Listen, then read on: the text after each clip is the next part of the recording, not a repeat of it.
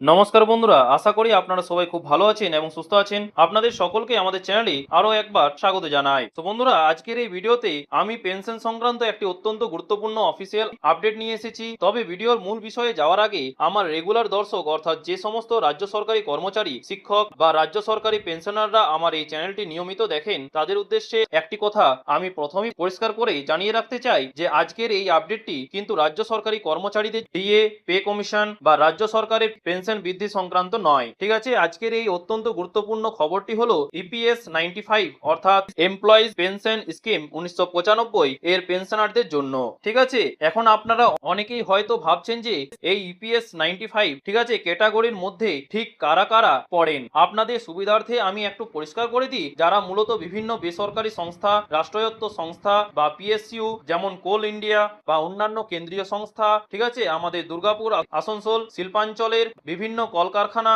রাজ্যের বিভিন্ন jute mill, চা বাগান, কোঅপারেটিভ ব্যাংক বা প্রাইভেট স্কুল কলেজে চাকরি করতেন। ঠিক আছে, এবং সেখান থেকে রিটায়ার করেছেন, তারাই কিন্তু মূলত এই ইপিএস 95 স্কিমের আওতায় পড়েন। আমাদের পশ্চিমবঙ্গের কিন্তু এই পেনশনারদের সংখ্যা প্রচুর। তাই আপনারা যারা রাজ্য সরকারি কর্মচারী এই ভিডিওটি দেখছেন, আপনারা অবশ্যই কিন্তু ভিডিওটি স্কিপ না করে অন্তত জেনে রাখুন, কারণ আপনাদের পরিবারে বা আত্মীয় স্বজন বা পাড়া প্রতিবেশীর মধ্যে অনেকেই হয়তো এমন আছেন যারা প্রাইভেট সেক্টর বা ওই ধরনের সংস্থা থেকে অবসর নিয়েছেন। আপনারা এই সঠিক খবরটা জেনে তাদের সাথে অবশ্যই শেয়ার করলে ওনারাও এই ইনফরমেশনটা পেয়ে অত্যন্ত উপকৃত হবেন। চলুন শুরু করা যাক। তো বন্ধুরা, যারা ইপিএস 95 পেনশনার আছেন, আপনারা দীর্ঘদিন ধরে হায়ার পেনশন বা উচ্চতর পেনশনের জন্য একটা দীর্ঘ লড়াই লড়ছেন, তাই না? আপনারা জানেন যে 2022 সালের 4 নভেম্বর মাননীয় সুপ্রিম কোর্ট সুনীল কুমার কেসে আপনাদের পক্ষে একটি যুগান্তকারী রায় দিয়েছিল। সেখানে স্পষ্ট বলা হয়েছিল যে যোগ্য কর্মচারীদের উচ্চতর পেনশনের সুবিধা দিতে হবে, কিন্তু রায় তো বেরোলো, আসল সমস্যাটা হচ্ছিল ইমপ্লিমেন্টেশন বা এই রায়টা কার্যকর করার ক্ষেত্রে। বিশেষ করে যারা এক্সেমটেড এস্টাবলিশমেন্ট এর অধীনে রয়েছেন, তাদের মনে অনেক ধোঁয়াশা ছিল।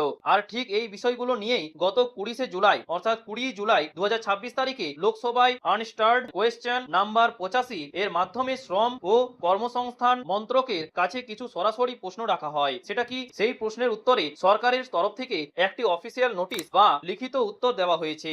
আজ আমি সেই নোটিশটি একদম সহজ বাংলায় কিন্তু আপনাদের সামনে বিশ্লেষণ করব। চলুন শুরু করা যাক। আপনারা স্ক্রিনে দেখতেই পাচ্ছেন যে government of India ministry of labour and employment এর তরফ থেকে লোকসভায় এই উত্তরটি দেওয়া হয়েছে। এখানে মূলত 4টি বিষয়ে সরকারের কাছে জানতে চাওয়া হয়েছিল। যে প্রথমত বলা হয়েছিল যে 2022 সালে সুপ্রিম কোর্টের রায় অনুযায়ী এক্সেমটেড এস্টাবলিশমেন্ট এর কর্মচারীদের হায়ার পেনশন দেওয়ার জন্য সরকার ঠিক কি কি পদক্ষেপ নিয়েছে। ঠিক আছে, দ্বিতীয়ত জানতে চাওয়া হয়েছিল যে ইপিএফও যে 18 জানুয়ারি 2025 তারিখে একটি সার্কুলার জারি করেছিল, সেই অনুযায়ী সবার জন্য সমানভাবে পেনশন বৃদ্ধির নিয়ম চালু করা হয়েছে কিনা।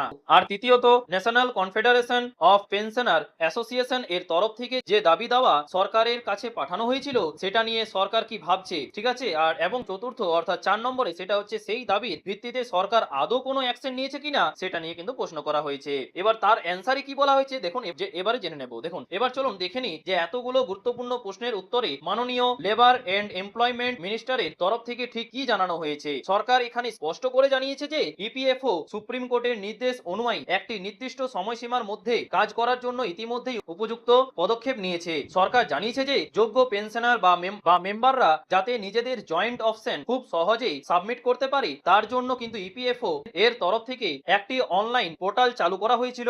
এরপর সরকার 18 জানুয়ারি 2025 সার্কুলারের কথা উল্লেখ করে একটি অত্যন্ত গুরুত্বপূর্ণ কথা বলেছে। সেটা কি? তো বন্ধুরা, এই জায়গাটা কিন্তু খুব মন দিয়ে বুঝবেন, কেননা সরকার স্পষ্ট করে দিয়েছে যে এমপ্লয় এক্সেমটেড এস্টাবলিশমেন্টের ক্ষেত্রে হায়ার পেনশন পাওয়ার যোগ্যতা নির্ভর করবে আপনাদের নিজস্ব ট্রাস্টের নিয়মের ওপর। কিন্তু কোন নিয়ম? ঠিক আছে, যে নিয়মটি 4 নভেম্বর 2022 এর আগে অর্থাৎ সুপ্রিম কোর্টের রায় আসার আগে আপনাদের ট্রাস্টে চালু ছিল, সেই পুরনো নিয়মের ভিত্তিতেই কিন্তু আপনাদের হায়ার পেনশনের বিষয়টা বিবেচনা করা হবে। আর এরপর নোটিশের একদম শেষ লাইনে যেটা বলা হয়েছে, সেটা হচ্ছে অনেক পেনশনারের জন্যই একটু চিন্তার কারণ হতে পারে। সেটা হচ্ছে আপনার স্ক্রিনে দেখুন, পরিষ্কার লেখা আছে যে further in case trust rules are amended post the decision in 2022 in Sunil Kumar case application of members of such trust may not be considered. এর মানেটা আমি একদম পাতি বাংলায় আপনাদের বুঝিয়ে বলছি। দেখুন, ধরুন 2022 সালে সুপ্রিম কোর্টের রায় আপনাদের পক্ষে আসার পর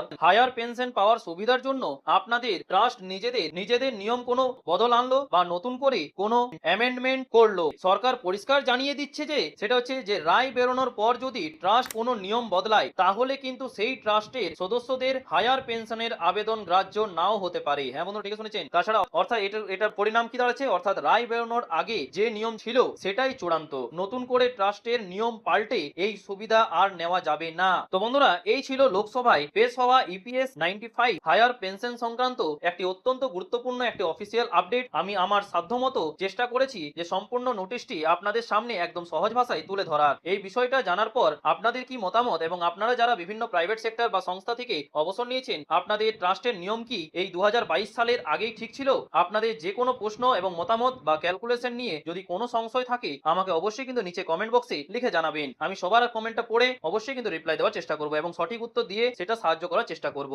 আর তাছাড়া আপনারা যারা সরকারি কর্মচারী রয়েছেন অবশ্যই কিন্তু এই ভিডিওটি প্রচন্ড পরিমাণ শেয়ার করবেন, যাতে আপনাদের সহকর্মীদেরও যাতে এই ইনফরমেশনটা পেয়ে অনেকেই উপকৃত হন। ঠিক আছে, আজকের এই ভিডিওটি যদি আপনাদের একটু উপকারে এসে থাকে তো অবশ্যই কিন্তু শেয়ার করবেন, ঠিক আছে, এবং একটা লাইক করবেন, এবং রাজ্যের সমস্ত ইপিএস 95 পেনশনাররা এই সঠিক খবরটা যাতে পেতে পারেন তো তার জন্য কিন্তু অবশ্যই শেয়ার করবেন। ঠিক আছে, আর চ্যানেলে নতুন হলে অবশ্যই কিন্তু চ্যানেলটিকে সাবস্ক্রাইব করে পাশের বেল আইকনটি প্রেস করে রাখবেন, যাতে আমি চাই না যে পরবর্তীতে কোনো গুরুত্বপূর্ণ আপডেট থেকে আপনি বঞ্চিত হন। চলুন আজকে এই পর্যন্তই, দেখা হচ্ছে পরের ভিডিওতে নতুন কোনো আপডেট নিয়ে। থ্যাংক ইউ, পাশে থাকবেন, সুস্থ থাকবেন, ধন্যবাদ।